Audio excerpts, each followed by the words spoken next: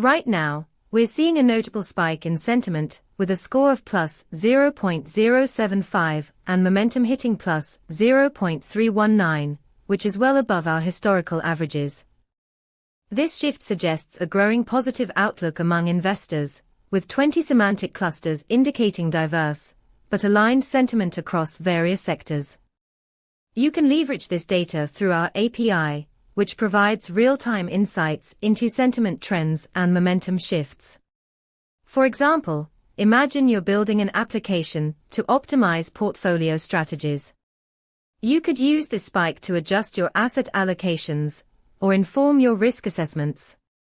If you want to dig deeper into this API and start harnessing sentiment data effectively, head over to pulsebit.lojenterprise.com/docs. Let's transform the way you view investing data.